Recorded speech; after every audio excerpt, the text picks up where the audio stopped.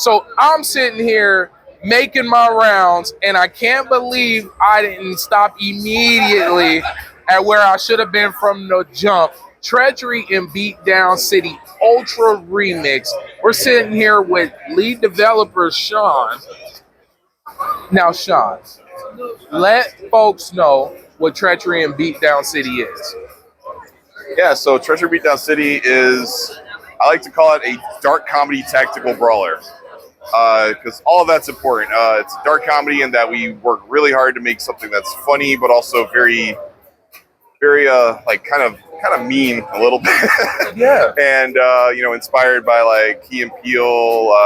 Jordan Peele, big inspiration. Dave Chappelle, Living Color, all that stuff. Like black on black comedy. Hey, there you go. And then it's a brawler. I love beat 'em ups. I've loved them for my whole life, except I wanted to make something better, and I stumbled on something that we had to put together some RPG elements. I love RPGs also, and thought about like Fallout, Super Mario RPG, like with the inputs and like having to, and like there was this game Hybrid Heaven on the N64 that was like kind of like a wrestling, like fighting. So like me and my business partner, we were playing that in high school, and so we basically sat there, and like wrestling games, we sat there and dissected all these. Please do not go there.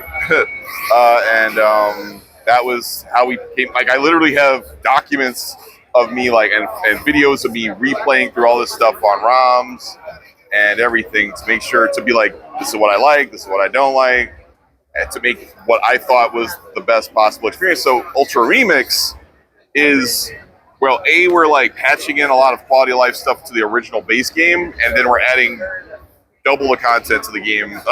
So anyone who owns the game right now gets it for free, or they can buy it as a DLC, or it's coming out on Xbox also as like a brand new update. Okay. And we're opening it on PlayStation after that. It's just Xbox helped us port it onto their platform. Yeah. I really appreciate them. And that was actually what helped start this whole process of us making something this big. Man, that is wonderful. So I hear a lot of different inspirations, a lot of different genres. Now, discuss the art style. Okay, yeah, so it's interesting. When I was like looking at what I wanted to do, right? And I looked at many things, and then I was like, well, what's personal to me? And I'd actually been trying to do pixel art for a while. I actually went to school for 3D art, and yeah, I like was going to school making 3D animation, like high definition.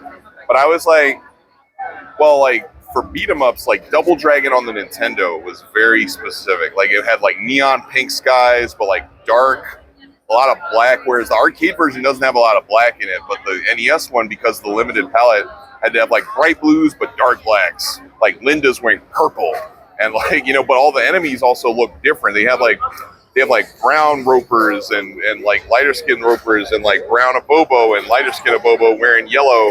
And because I was growing up in New York, like you see like a lighter skin Abobo, and it's like, oh, that's like with yellow shorts, and like he's the Land Kings of Bobo, right?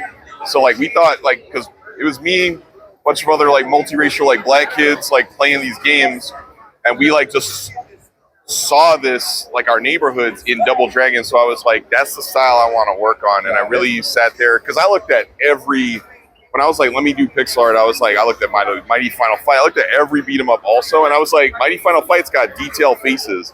I was like, I don't want that. We're gonna make detailed faces for the cutscenes that look like Ren and Stimpy, because I really loved Ren and Stimpy as a kid, and I wanted to make these grotesque looking things, because a lot of the characters are racists and fascist cops, and so we wanted to like just make it the most upsetting looking people. And then it burns in your brain that this person looks like that, so when it zooms out and it's like, oh, you're finding that person there, you still remember what they look like. And that's how Nintendo games did that magic, where you had this detailed art and this comic book. Like they had a comic with Ninja Gaiden, right? That's how I experienced Ninja Gaiden. I did not have a Ninja Gaiden as a game. I had Nintendo Power. I read the comics, so the story was really important to me.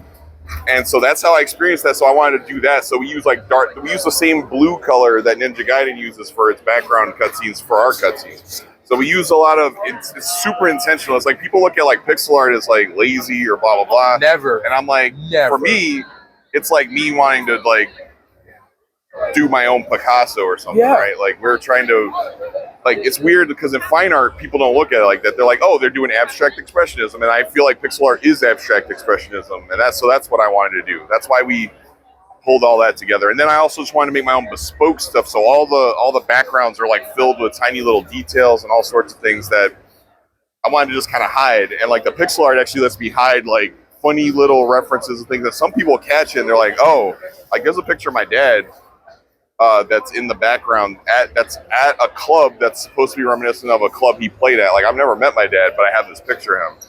So I put him in the background and I'm like, you won't know it, but I know it. And you know what? That's what I was gonna say. When it comes to pixel art, and especially to the details that you put in, you can see the love and you can see the passion. And it's nothing.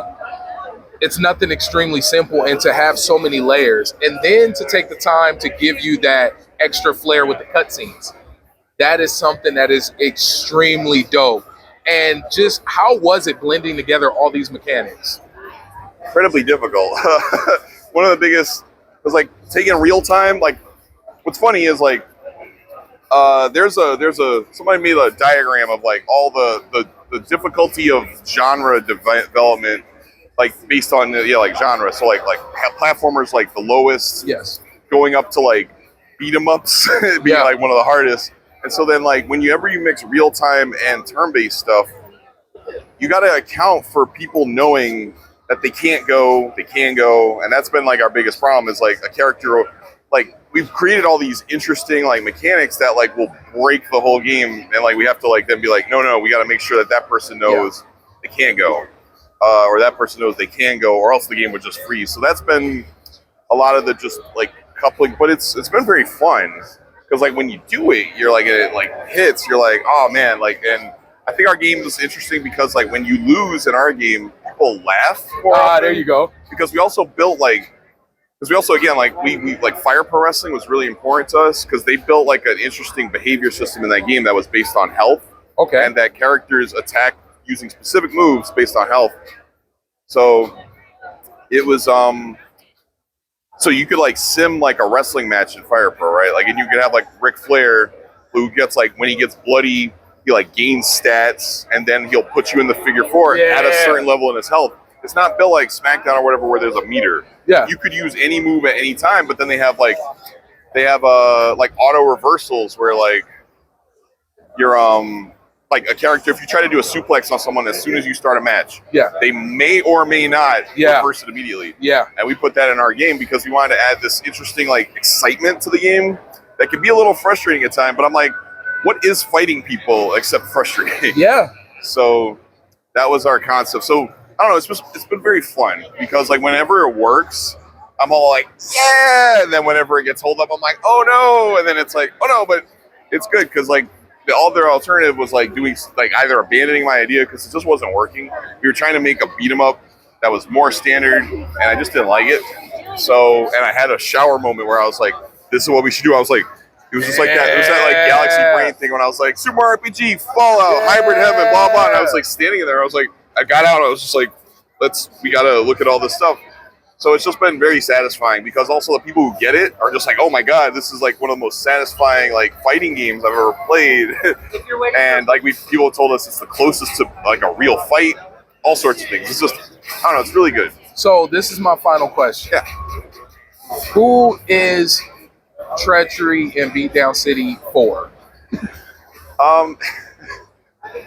The funniest thing is like it's like strangely unintentional because I'm like as a black kid who grew up in the city, like apparently that is the number one, like black and brown folks who've lived in cities immediately are like, oh shit, like that, they like laugh, they see all the stuff.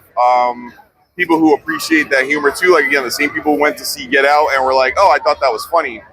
Not the people who were like, like, because even right now in the game trailers comments for our latest trailer, there's like someone who's like, this is too woke, and someoone's like, no, it's not. And there's a battle. I've seen a battle, and I'm like, like this is very just people down want like something that's funny that they can take. Like if you like In Living Color, I think you'll like my game. If there you you go. want to play a new game that is not just a beat 'em up, because like it's funny because like I got so sick. Like I play those games and I'm like, those games devolve into some really weird tactics. And I ask people, I'm like, do you have fun where like playing Double Dragon where all you do is the back elbow? Like, and they're like, what do you mean fun? And I'm like, well, was that fun? And they're like, but that's how you have to beat the game. And I'm like, but that's not fun, right? And I'm like, we wanted to make a game that if you want to give it, you got to give it some grace and understand it's not exactly what you want because it's not been done before. And those people are just like, oh man, like, but I feel like people just need to try it and see for themselves. Like if you like RPGs, you like beat 'em ups, you like, see, there's those people, like, but it's just like, it's funny because a large amount of those people are like black and brown folks who are just like, man, I love RPGs, I love fighting games, I want to play this game. Man, you know what? So where can folks find and pick up and play Treachery and Beatdown City Ultra Remix? All right, so yeah, Treachery Beatdown City right now is on sale. It's on Steam and Switch. It's actually on sale on the storefronts until the Ultra Remix comes out, and everyone who owns the game right now gets the Ultra Remix, which doubles the content for free.